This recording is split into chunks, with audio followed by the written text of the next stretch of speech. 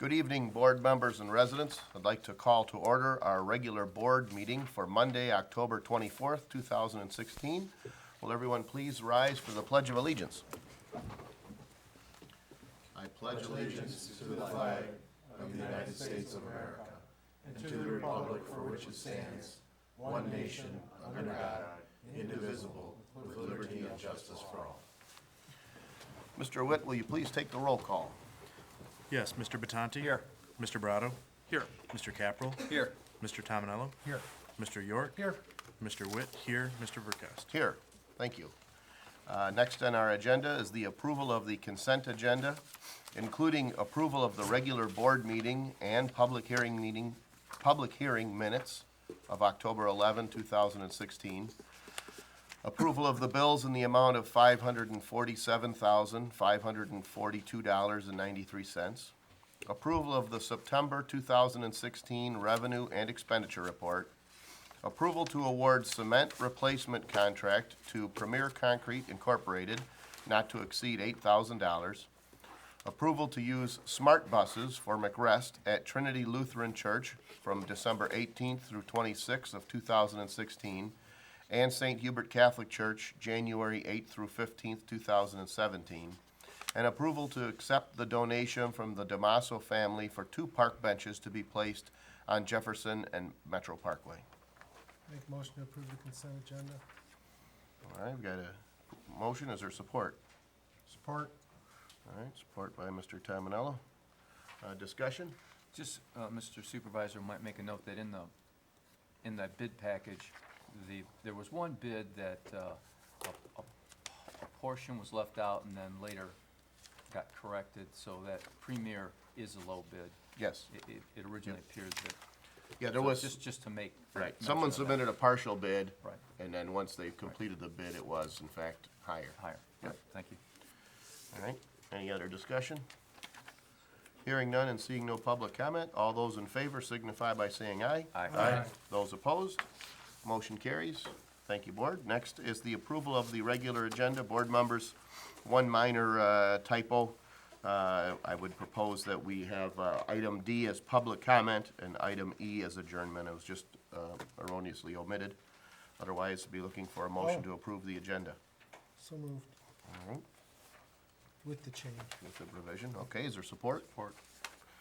We've got a motion by Mr. York with support by Mr. Batanti to approve the agenda, adding public comment.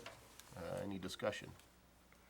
Hearing none and seeing no public comment, all those in favor signify by saying aye. Aye. Those opposed, motion carries. Thank you, board. Next is announcements. There is a public meeting scheduled to be held tomorrow, right here at this location from 6 to 8 p.m. The EPA has been, I guess, contracted, if you will, to make some modifications to the Harley Ensign DNR site, which is at the end of South River Road, the boat launch site. The work proposed is to create 2 areas of marsh and also to create some higher level revisions to the wooded area in the middle of the end of the property. So they'll be having a public meeting tomorrow from 6 to 8 p.m. And we encourage, I encourage everybody who is interested in the project to come out. The Harrison Township Veteran Memorial program is scheduled to be held Saturday, November 5th at 1 p.m. Please join us right here and right out front to honor our community veterans. If any veterans would like to be added to the memorial next year, please reach out to the Township Supervisor's Office, 586-466-1445. And a thanks to Andrew Demchuk, the Deputy Supervisor, for arranging that. We're adding 13 names in 2016. For upcoming library events, you can visit the library's website, www.htlibrary.org. And for information on township events, again, you can call the supervisor's office or visit our website at harrison-township.org. Any other announcements? Yes, I just want to say that for the Comcast users, the sound is back on. You should be hearing our voice. After about 5 or 6 hours on the phone with Comcast, it was a problem in their control panel or their control room, whatever, maybe a mute button, I don't know, but the Comcast is back on, the sound, so I'm gonna play last board meeting following the new one because there was no sound. Okay. For those users, if that's okay, that's what I plan to do. So there was sound on the recording meeting, but it Oh, wasn't. absolutely, Gotcha. yeah, so we had sound on while Comcast, in their control center, the sound was off. Okay. So those people didn't have an opportunity. I've received a lot of calls about the last board meeting, so I'll just pay it back to back. Okay. And of course, for those folks who may not know, our meetings are also online streaming, so you could go to the township's website and watch them at any time on the internet. One Yep. The clerk's office will be open the Saturday prior to the election, Saturday, November 5th, from 9 until 2 p.m. For the purpose of processing and accepting applications for absentee voters. So you can come in and do it in person there. You can also come in now and do it anytime in the office from 8 until 4:30, Monday through Friday. We have received over 1,000 more absentee ballots than we've ever received in the township and processed.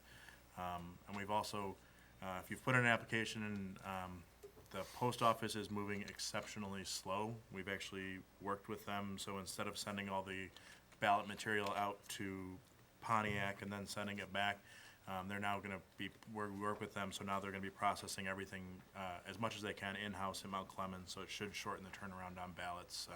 They come in and pick them up at 3:30 every day and try and get them out as soon as possible, so.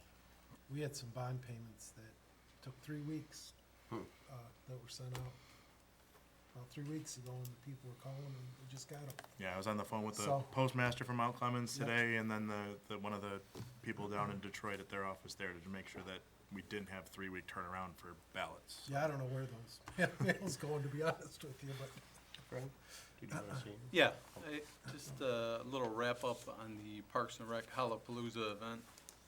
It was our biggest event that we've had as far as the trunk or treat event. There were over 300 people, guessing about 200 kids, and it was packed, and there were people parking everywhere. So, just like to give a thanks to Andrew Dimchik for his help with all the flyers and everything, and then Mr. Verkes for some of his support, and then to Julie Snyder from the Journal who helped get the word out, and anything in the Journal seems to be a lot bigger success, so we appreciate her help. And then also to some of the Parks and Rec volunteers, Mark Sinkowski, Mark Nowinski, and we had 3 high school band members. Unfortunately, I don't have their name, but they were instrumental in running some of the games, so very, very helpful, and I'd like to thank them. And also, thanks to my wife, Nancy, for all the work that she does on those events as well. All right, good. And of It was course, very nice to see a large crowd, and it was good to see all the kids having fun. good. Well, thank you, and also thanks to you, Mr. Capral, for all the years that you put in on those kinds of things. So can't leave you out of those things. Any other announcements? Hearing none, we'll move to our next agenda item, item B, regarding a resolution to change the street names of Detroit Boulevard, Macomber Boulevard, Father Boulevard, and Arbor Boulevard to Detroit Street, Macomber Street, Father Street, and Arbor Street. Mr. Witt? Yes, the township received a request from Emergency Services at the county to change the names of Detroit, Macomber, Father, and Arbor from Boulevard to Street. That's the suffix that most residents believe that they live on. If you look on a lot of different records, it says street, but for whatever reason, the plat still says Boulevard. So when they call Emergency Services, they call up and say, I'm on Detroit Street, and the dispatcher can go, types it in and goes, so there's no Detroit Street in Harrison Township, so it can delay that response time. So they asked us to, as a board, to change that to match what people are calling the streets. townships are allowed under state law to change their street names within their boundaries. The most recent time it was done was when Bay Haven changed from Gay Haven, and so attached is a resolution that we will file with the county clerk, the Register of Deeds, and then we also send it to the state to allow us to formally change the names of those streets as requested. Mr. Witt, how do we notify the residents that live on these streets? I mean, are they notified? Because they may have to change checks and return addresses and things like that. How do we notify them? Can we give them enough time? We can send out I mean, everything that we mail out in our office says street on it. You know what I mean? Like I check the voting records and they say street on them. I really think it is just a back end in the computer kind of thing for emergency services, but they're pulling from the plats. But I'd be happy, we can send out letters to the residents and just let them know. I'd like to see that action happen if possible. I mean, we just don't know what people have wrapped up in their personal information. I think that'd be the right thing to do. There's no, Mr. Huth, I mean, just kind of confirming there, no real legal impact. I mean, it doesn't really change anyone's, property rights or anything like that. I mean, it's a point worth noting that we'd make sure we'd let people know, but Right, it doesn't affect their property rights, but it's just, like you say, to try and avoid confusion with these things, so best to have everyone on the same page. yeah. Yeah, and I'll have to say, I've lived in the township my whole life. I would have never called them boulevards. But if you do look at the plat, the actual roads at each intersection were designed to have an island or boulevard in the middle of them. And I think that was probably the reasoning, because the right-of-way, as you enter from, say, for example, from South River is wider, and then it narrows, and it was designed to have sort of like a little garden or island in the middle, so. So should we, I mean, certainly there's not gonna be an impact on anybody using their checks or getting their mail, but should we wait then and let the notice go out first and just, By the time we send everything, there's some time before it becomes official at the county level. okay, right, So, Yeah, I think the important thing is it doesn't hurt to notify. We just I agree. we grab the area in GIS Right. and we can output labels. Thank you very much. All right, any further discussion? I'll make a motion to adopt the resolution as presented. All right, is there support? Support. Got a motion by Mr. Tominello with support by Mr. Batanti to adopt the resolution changing those 4 street names. Discussion? Hearing none and seeing no public comment, Mr. Wood, will you please take the roll call? Mr. Tominello? Yes. Mr. Batanti? Yes. Mr. Brado? Yes. Mr. Capral? Yes. Mr. York? Yes. Mr. Witt? Yes. Mr. Verkest? Yes. Thank you, Board. Next on the agenda, item C, regarding the Downtown Development Authority. Board members, Mr. Stephen Dobruff was appointed to a position as a DDA board member. Mr. Dobruff's business schedule has not allowed him to participate fully in the DDA meeting process. Mr. Dobruff has since asked to resign and has proposed that his sales associate, Mr. Tony Augusta, be appointed for the open position. Mr. Augusta was raised in Harrison Township and is currently employed as a sales representative in the DDA district and in the marine industry. I believe Mr. Augusta would be an asset to the DDA board and recommend him for appointment to fill a vacant position. The board packet went out without his application. I know there were copies distributed to the board members as well as placed in the book in the back. One of the requirements for the DDA board is that not less than a majority have an interest in the district. That interest is defined as either owning property or owning a business, or a representative of that business. So for example, one of the business owners that sits on there is the owner of Jefferson Street Pub. Luigi's, one of the representatives or one of the board members is a representative that's worked for Luigi's for I think 22 years and is currently a manager. So at this point, Mr. Dobruff satisfied that requirement. We do need somebody from that district, and we wanted someone from the marine industry and someone who had a connection to some of the property owners there. So I'm proposing that we accept the resignation of Mr. Dobruff and appoint Mr. Augusta. So moved. All right. And that, just for reference, the term is ending March 18 of 2020. Is there support? Support. All right. Discussion? Hearing none, and, oh, I have some public comment.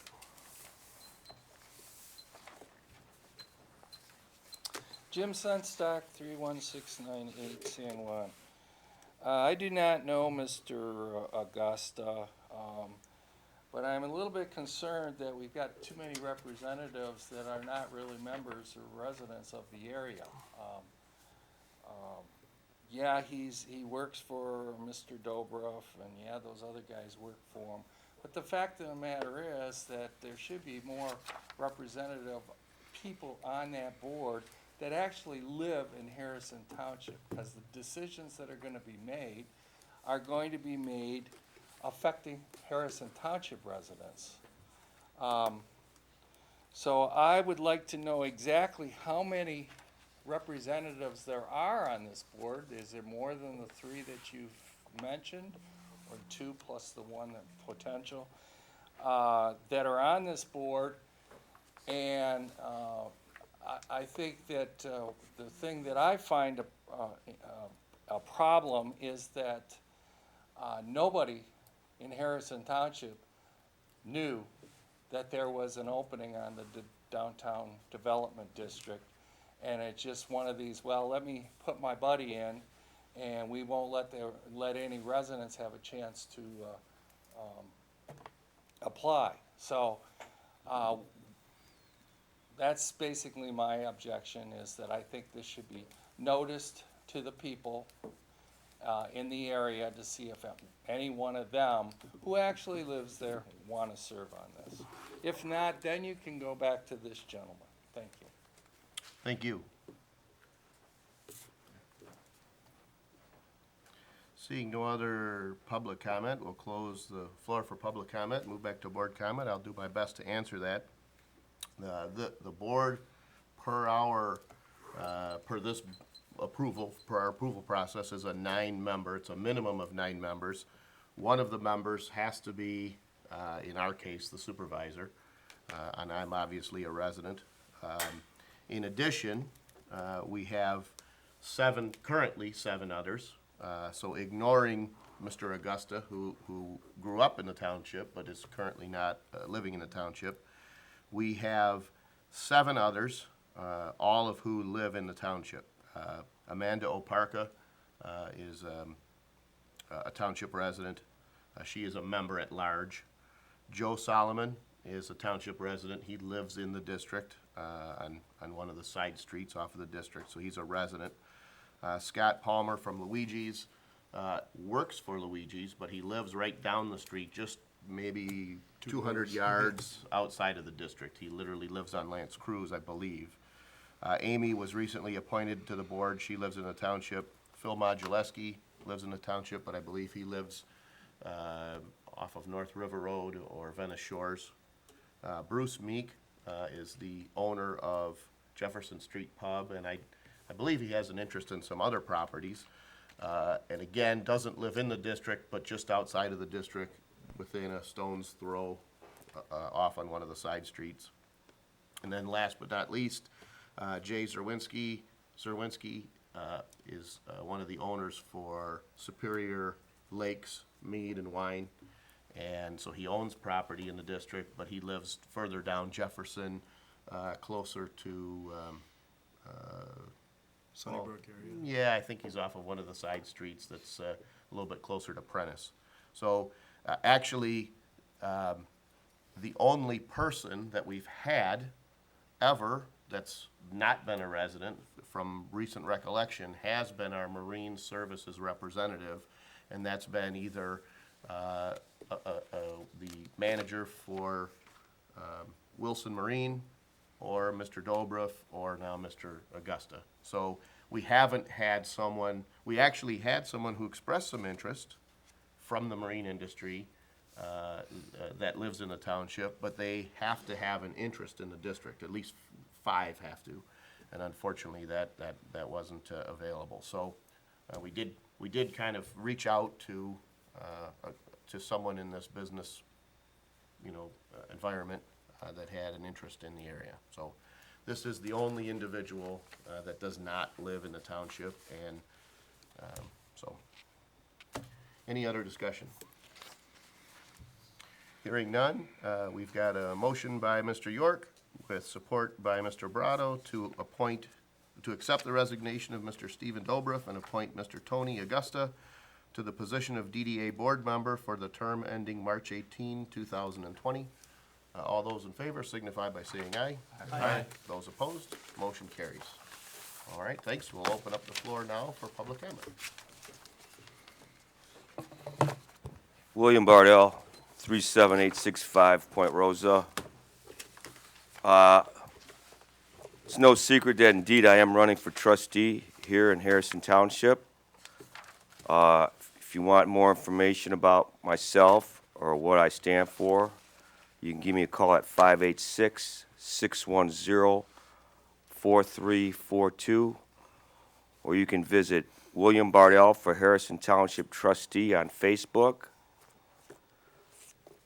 I just want to say I would be deeply humbled to serve and honored to serve on this board here in Harrison Township. What I want to talk about real quick,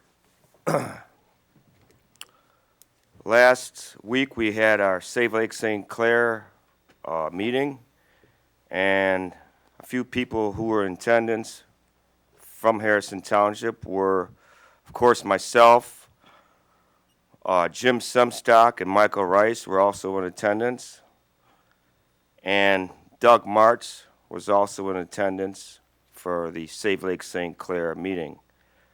I want to let everybody know that Save Lake St. Clair is going to be having a new website because there were some trolls that were shutting it down, and Mike Gutlow was costing him $1,000 a pop to get the thing back up and running, so there will be a new website.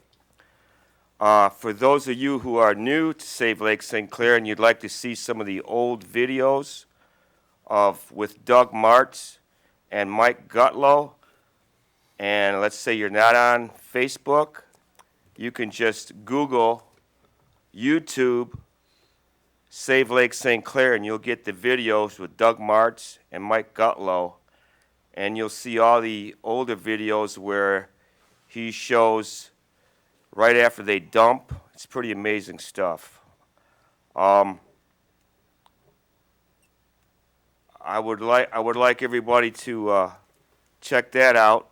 Again, if you'd like to see some of the older videos, it's on YouTube. Google Save Lake St. Clair, and Mike Gutlow and Doug Martz. Their boots are on the ground, and they've got the video camera out, and it's pretty amazing stuff. And I'd like to invite everybody to check out Save Lake St. Clair on Facebook. And make sure, everybody, please get out and vote November 8th. It's your right to vote. We live in a free country, so everyone get out and vote. If you haven't already voted, please get out and vote. Thank you very much. Have a wonderful evening. Thank you. Evening, my name's Bill Sergel, and I'm also running for trustee in Harrison Township in this election cycle. Mr. Rakesh, you stole some of my thunder. I was going to congratulate Mr. Caprell for years of volunteering to run the Parks and Rec Department, including 3 years of helping out at our EDC golf outing. Did a good job there.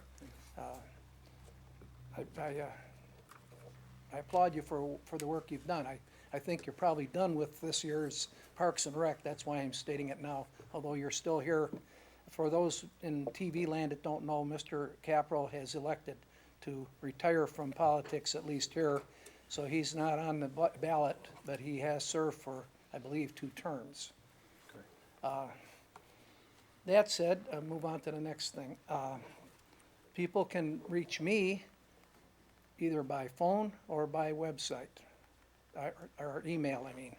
My phone is 586-822-9301, and my website is Bill Servial, that's Servial, @gmail.com.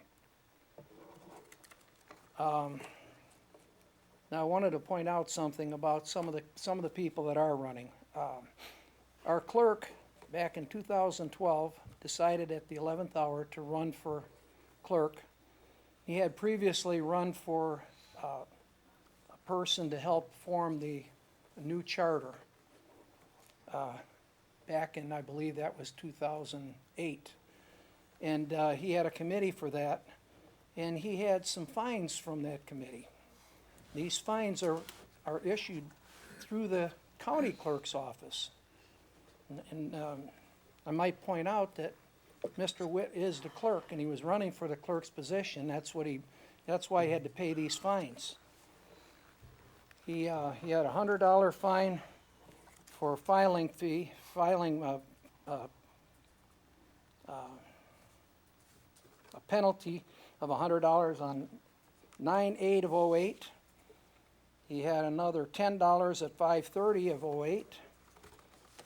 And he had, the worst one was $2,000, which was accrued over a 4-year period of time. He was notified each year to pay because he didn't file, and he had a $500 fine for each of those years for a total of $2,000.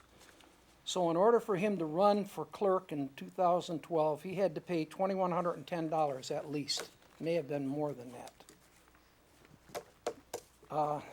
So just consider that when you're voting November 8th. And I would say, just like my predecessor, make sure you get out and vote, whether you vote for me or you vote for my opponents. Make sure you vote. And also, my opinion is you should vote no on the Regional Transit Authority. I don't believe Harrison Township gets our good value out of it, and I think money could be spent elsewhere. Thank you. Thank you. Good evening, Board. It's going to be a political night. Again, last meeting before the election. My name is James Batisha, 31375 North River Road. I am running for Township Clerk. I just want to give people a little bit of background. I worked for the City of Roseville for 30 years, retired about 7 years ago. In those 30 years, I supervised 3 different departments, engineering, Parks and Rec, and Public Works. My experience with road repair, road replacement, sidewalk placement and repair, infrastructure, sewers. So I'm going to bring a lot of experience to the township and hopefully move them forward in a positive direction. I think in our next group of trustees and board members, we have to be a little bit more transparent. I believe we have to be good stewards of our tax dollars, and I believe I will be all of that. I want to make sure we get all our monies coming that are due to us from the county level, state level, even the federal level. And I would like to tell everybody to also vote on November 8th, and if they need to get a hold of me, I got a Facebook page, James Watisha, and my phone number is 586-663-0966. Thank you. Thank you.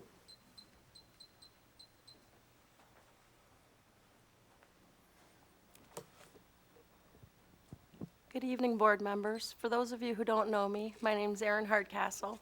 My family and I have lived in the township for over 20 years.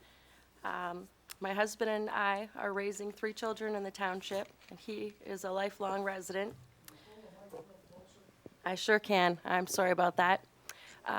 For those of you who don't recall, or those watching on TV, I started working for the township in 2006 as an ordinance officer when there was a push to clean up the township and to start enforcing ordinances. I progressed in my time to building inspector and plan reviewer, and for several years that I worked, I was considered, at least by the supervisor that I reported to on a daily basis, an exemplary employee. I followed up, I completed assignments as I was told to.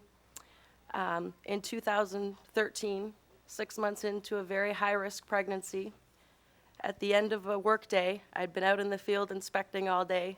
I was called in by Mr. Verkast to the engineering room for an interrogation, which was an investigation at the time that was claimed to be directed against my supervisor. That interrogation lasted for hours and resulted in me ending up in the emergency room and almost losing our daughter. I take very seriously the events that happened to me during my time under Mr. Verkest's reign at the township. While I was out on this high-risk pregnancy because of the medical condition I suffered following that meeting, I went through a number of other things under Mr. Verkest's direction, which included a wrongful termination. I exercised my right, which anybody in my situation would do, or you certainly would encourage your wife to do if you were in the situation as a spouse or family member watching this go down. I appeared before this board even with my father, talking about my situation and what was going on. I filed a whistleblower's claim because you, Mr. Verkest, knew that you were being investigated by the FBI. During that lawsuit and the deposition of it, you used your position to try and find out what the FBI were investigating. Amidst all of this, the township was paying attorney's fees, my wages, and ultimately, the township insurance company settled with me because they felt that your behavior was so atrocious and an abuse of your power, a violation of the whistleblower rights that I did claim were violated. So after the township settled with me and you took action to wrongfully terminate me, we went through a long process where it was grieved by AFSCME. The arbitrator came back and said that your termination was wrongful. You decided to spend more taxpayers' dollars and try and appeal the arbitrator's decision in the Macomb County Circuit Court, costing the township residents more money and me as an employee more grief and financial burden, once again, unfortunately, at your hands. So after that was resolved and it came time for me to return to my employment, you guys came back to me and offered me a settlement and said, we'll pay you to go away. We'll pay you this much and we'll provide you these benefits for this period of time. That agreement was entered into, and then you selectively decided to pick and choose which benefits you were going to provide me. You even then went so far as to withhold for months my retirement savings, preventing me from investing them elsewhere from gainful investment, so ultimately costing my family, once again, more money. As I look around the township and I see that and this country, everybody's getting ready for the election and everybody wants change, I sit back and I think if people had a clue of what I saw and the abuse of power and the misuse in the small scale in my short time at the township, they would be appalled. They would certainly exercise their rights and vote. They would get out and look for leadership that should be in the position they're in, not somebody that uses their power to retaliate against people. And as a resident and a taxpayer, my family owns properties, I think it would be doing a disservice to myself as somebody who's lived here as long as I have and worked and seen and heard what I have to not get up and speak tonight for those at least who are listening at home. Thank you for your time. Thank you.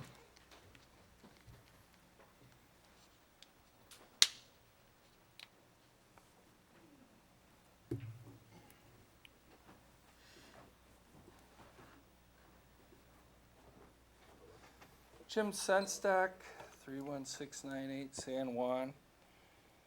Everybody knows I'm running for supervisor, so I'll say that and I'll move on. Other than if you need to call me, my number is 463-9150. That phone number has been published for the past 40 years, and I accept every phone call from residents. At the last meeting, Mr. Verkest stated that he didn't make $160,000 with his company, Verkest Engineering, out of his basement. He essentially implied that I didn't know what I was talking about, or at the very worst, was lying. He said he would let the public see his tax returns. Well, I'm asking right now, where are they? Where have they been published? You offered and you didn't follow up, which is usual for you. The number that was in that I mentioned, the $160,000, was in two different websites. They don't make up those numbers, but are given them by the business owner. One of the websites is buzzfinds.com. This is an issue because you are never in the office during township office hours. Ask any resident who has been told he is in a meeting and then he never calls back. That's a problem. On a different item, the FBI has said they are investigating systematic corruption in Macomb County, and several more arrests are forthcoming. As we just heard, apparently the FBI was investigating Mr. Verkest, and he was trying to find out what they were investigating. I guess the question I have for you, Ken, is when are the feds coming for you? It's ridiculous, the things that are going on in this township under Mr. Verkest's watch. Bribing employees, bribing unions, it just goes on and on. Trying to get employees to back off and not stay in employment under threat because you want to keep secret what's going on is not exceptional actions from a supervisor. The fact that you hire many of your friends, the non-bid contracts that have went out are all indicative of the philosophy that you have, which is basically, I am the king and I will determine what happens here in the township. And he's got five little basically followers who happen to go to the same church that back up every word he says. That's ridiculous. It's time for the township to put some new leadership in, not only at the supervisor's position, but also at the clerk's position, because he has sat there and agreed with every single thing that Ken has ever said since the day he got on the board.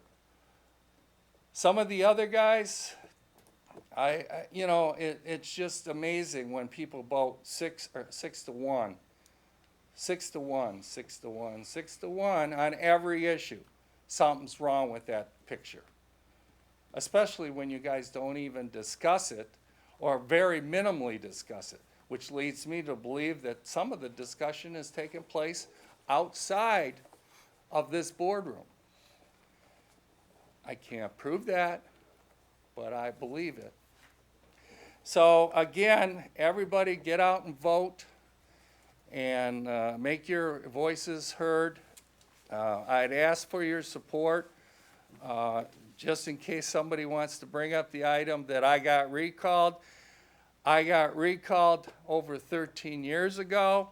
It was for having 2 jobs. I've been retired for 13 years. I'm fully retired right now. I'm more than willing to step in and have the background and knowledge to run the supervisor's job. And I'm volunteering and asking for your support to do that. We got to clean this Harrison Township government up. Thank you. Thank you.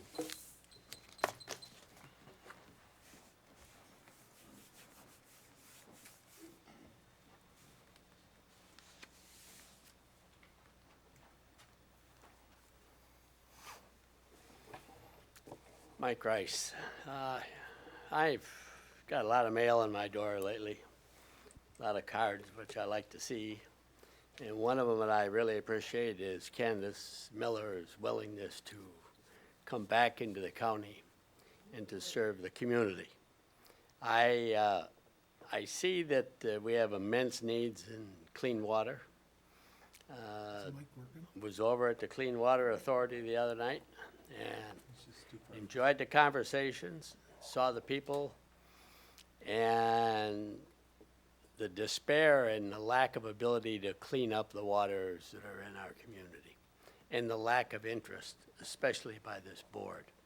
I hope that she cleans house, but that's a very tough job to overcome because there's a lot of protectiveness in that facility. I also ran through a couple of cards that came in the mail about ability to perform and education and ability to accumulate ideas. And one that stood out in my mind was Jim Semstock. And because Jim talked about his departure when he was first elected here, and I was on the heels of this, he's so qualified that there isn't anybody in this board or any group of you in this board that could walk over him. He has the ability to perform, he has an engineering degree, he has the ability to communicate, he has the stick-to-itiveness, he comes to every meeting. That's more than most of you do on the board, all right? When I hear Aaron Hardcastle there, it brings tears to my eyes. If that was my wife in that state of pregnancy, there'd be some holes in this building. Not big ones, little ones. All right? That is unacceptable. I mean, where is your mannerism and your lifestyle? It's not acceptable. This is the United States. There's not a Soviet flag on that pole out there. And those guys that died for this country aren't communists or Americans, and they stick up for one another.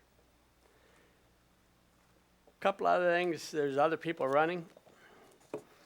I look forward to that. I look forward to the cleanliness of it.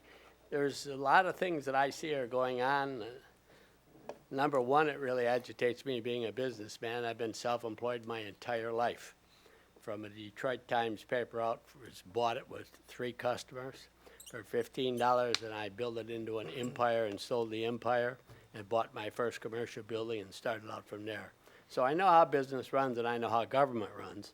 And in many, many years, I fought the government in a lot of ways for add-ons and additions and this and that. And I decided to move to the other side of town where I would be, where people started to think instead of thop. And that's what I ask you folks to do, is think. And I hope that the residents of this community read these documents that come to your house and look them over and call the people that are on there. If they don't answer their phone, call them. If they don't answer the phone again, go over to their house and find out where they're at and find out what the consequences of their decisions, what effect they had upon this township, and the cost of doing business. Because this gentleman sitting over here isn't here for free. And every time you pick up the phone and call him, it costs money. There isn't anybody on this board that doesn't have that ability, but they don't do it. And that surprises me immensely, immensely. And things need to come together in this community. They won't come together, Mr. Verkast, if you don't come to work. That's an asset, is leadership. If you're not here, you're not going to know what everybody else is doing in the community. The last presidential election, when I walked in the door here to vote, there were 3 buses in the parking lot. 90% of them were from out of this area, all registering to vote in this county, in this township to vote. I asked, how much identification do we have? They don't have to have identification. All they have to do is say they're a resident. This is unacceptable. I hope the hell that each one of the people that are going to pull the lever in this community have assets in this community and the ability to vote, and they have a clean slate so that it happens continuously. Thank you. Thank you. Seeing no other public comment, we'll close the floor for public comment and move back to board comment. Well, I'd certainly like to respond to the one resident. 2 weeks ago, or a little less than 2 weeks ago, I did not say that I was going to publish my tax returns. I did say that I would make them available for review. I've only heard from one resident, and it was at a public meeting, but I do have them at my office, and if anyone wants to see the corporate tax returns for Verkast Engineering, they can see them. I went back myself after the last meeting just to see exactly what I did have in the form of revenue from Verkest Engineering. I became supervisor in 2011. I believe I saw revenue approximately $20,000 or $21,000 of revenue in 2011. Having said that, in the type of business that I was in, doing engineering work for automotive suppliers, payment terms were at least 90 days, oftentimes a little greater than that. So a fair chunk of that $21,000 of revenue was work that was done in 2010. But in 2011 and in 2012, during the time that I was first appointed, I did do some engineering work. I think 2012, I show revenue, again, I'm going based on memory, of about $11,000. Since then, for years 2013, 2014, and 2015, I have corporate tax returns. Anyone's welcome to stop by my office and take a look. There is no revenue. And I was not able to locate a year where I ever made $160,000. But sometimes if you read everything on the internet, then I can't help you there. So I didn't say I would publish tax returns, but I said I'd make them available for review. The resident asked, when are the feds coming? I don't really know. I don't know they have a reason to come. I could see what the resident is trying to imply, but I can't answer that. I don't know what they'd be coming for. He made a claim that I'm bribing employees and unions. I unilaterally deny that charge. I think that's ridiculous. He said I've hired friends. I don't know of a friend I've hired, so I would disagree with that. And he made the claim that we give out non-bid contracts. I also can't think of a time we've given out non-bid contracts. He did say one thing I agree with, and he did conclude his statement by saying, I can't prove it.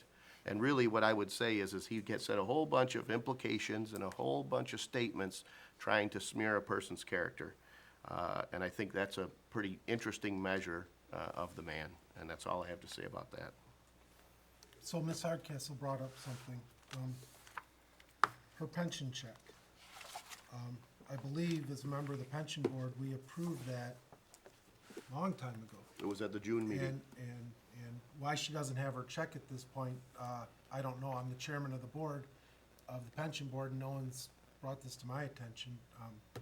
We should be getting that check out immediately, which there's no reason to be holding that. If the pension board approved it, we send it out, no holds barred, end of story. Once the employee asks for the money back, we approve it, those checks should go out immediately, not holding them for whatever reason. I can't find a reason in the world There isn't one. that this is now October and she doesn't have her check, and I cannot remember this ever happening before, with the checks. Normally, we just send them out. And the other issue that she said something about her health care. Is she not getting a portion of her health care, or is there an issue there? You know, I'm not really sure how much we should talk about the agreement, or if whether or not we're restricted to discuss the agreement. And I don't know, Mr. Well, Huth, if you have some we made the advice. agreement in open session. If I so- could, I'd like to get Mr. Huth's advice.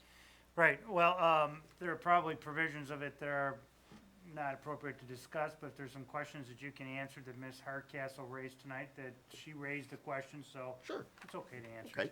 Well, I can answer that, because I did look that up while we were, So I believe we gave her, yep, I can address it, if you'd like to know. well, she's bringing it up, so. Yeah, I'm content to answer that.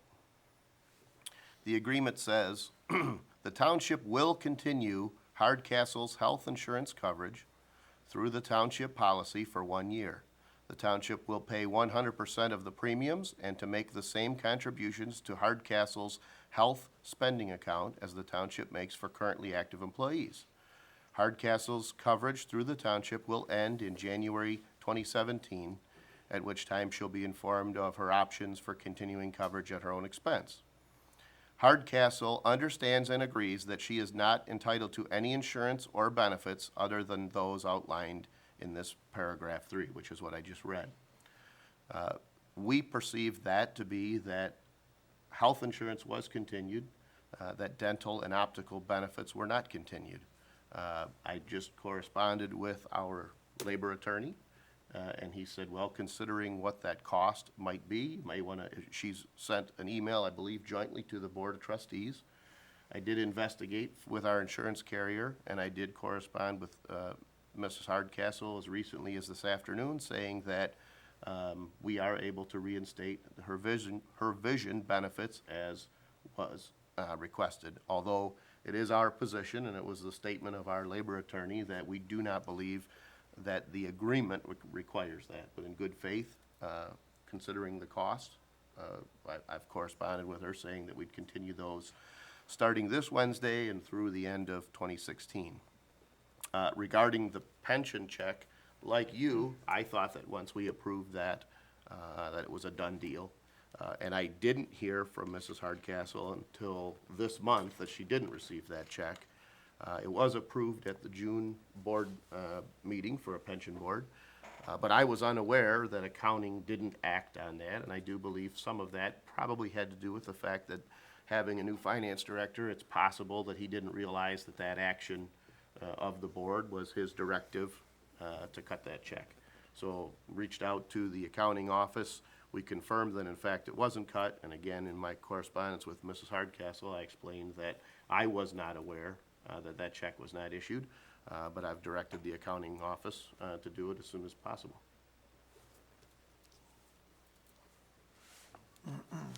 Are you on the pension board? Yes. Yeah.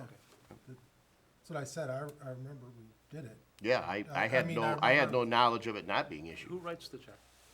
I mean, somebody in accounting, right? Accounting does, yeah. Who oversees accounting? Well, and here's, I think here's what's maybe an Sort of important. like the school bill. Yeah, here's, at least what I would say is this. The act of an employee or former employee withdrawing pension contributions is probably something that happens once every 5 years. I mean, I'm guessing, I'm generalizing. It's not something we regularly do. So it certainly isn't an excuse. It was an error, and I apologized via email to Mrs. Hardcastle for that error. But it is something that's kind of, for lack of a better word, out of the ordinary. There's different things, different ways that we might issue funds. That's a little bit unique because it is payroll deducted funds. There are tax implications that are different than a lot of the other types of things we do. And again, it just doesn't happen very often. So none of those are excuses, but it is something that just was an oversight. So And the vision coverage is what, a couple $100 a year? I think it's $14 a month, Okay, so it's not a lot of money. $14, $15 a month, something like that. I'm So- going by memory. So the last question is, she had mentioned a question that was asked in a deposition, did our insurance carrier lawyer actually ask those questions in a deposition? There's no doubt that she probably has a deposition. I don't know what you're referring to. I so- believe she said that during the lawsuit, and I would assume that's a deposition, because I've been, that somebody asked her what an FBI investigation was about. I'm just asking, is that? I don't think she said anything about an FBI investigation. I I believe that was she a did. different resident that mentioned an believe FBI that's what she said. investigation. I mean, I- they might have got the orchestration wrong I- in the comments, but I thought I heard that. I thought I heard that. She mentioned the FBI whistleblower investigation. there's the other one. Right. So, All right, that's I, fine. let me just say that I was not aware of any such investigation. Mrs. Hardcastle made that claim, so as a result, during that lawsuit, I did ask the attorney for our insurance company to make a request to the FBI regarding that, to say, I didn't know I was investigated.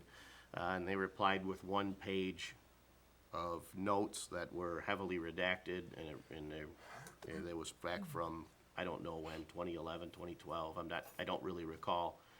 But clearly, if something was going on, I'd like to think I would have heard by now, so. They like to get supervisor candidates before the election. Yeah, they usually, yeah, right. Any other discussion, or public comment, or board comment, I mean? I just have one, the school's gonna pay the bill, obviously. It wasn't really a big issue. Sat down with Dennis, I will say that the facts were wrong. When I sat down and looked at all the paperwork, and we got some of Glenn's notes and got that all together, it turned out that what Glenn had done is the 2014 bill was actually from 2013. That was the payment from 2013, so they're paying the 14, 15, and 16, so. Okay. Good. That's that. So that was a little bit, I don't know why Glenn put 2014, I don't know, but we worked it out, talked to the school, confirmed both figures and their checks, so we all agree that it's 2013, so Do we have a contract now? we are all good to go. So, Rob, have you worked on a contract? What kind of contract? Not yet. Well, it's the contract that Rob approved 8 years ago, or 10 years ago, 12 years ago. It's the same, we've been using it for years. Do you think it's a good idea to have him review that again, Ken? It's the pleasure of the board, I suppose. If he wants to review it again, go ahead, it's the same thing. I bet you if I went to some email archive from 12 years ago, we could probably find an email that says you're good to go, Glad to look at it if you send it over there. No problem. but no problem. Okay. Any other board comment? Hearing none, I'd be looking for a motion to adjourn. So moved. Is there support? Support. All in favor, say aye. Aye. Opposed? Motion carries. Meeting adjourned. Thank you, board.